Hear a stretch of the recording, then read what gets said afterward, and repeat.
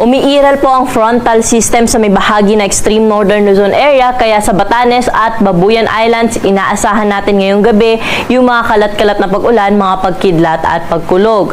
Samantala, may minomonitor naman po tayo isang low pressure area. Nasa labas po ito na ating area of responsibility at hindi po natin ito inaasahan na magiging isang bagyo.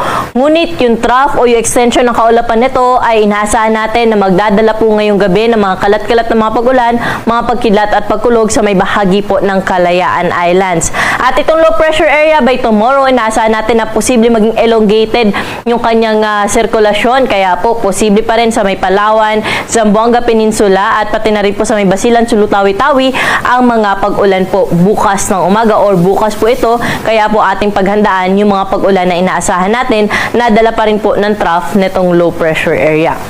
Samantala, easterlies naman yung nakakaapekto sa nalalabing bahagi ng ating kapuluan. Wala naman po itong dalang malawakang mga pag-ulan, ngunit magdudulot pa rin po ito na mataas na tsansa ng mga pag-ulan ngayong hapon hanggang mamayang gabi sa iba't ibang bahagi po ng ating bansa.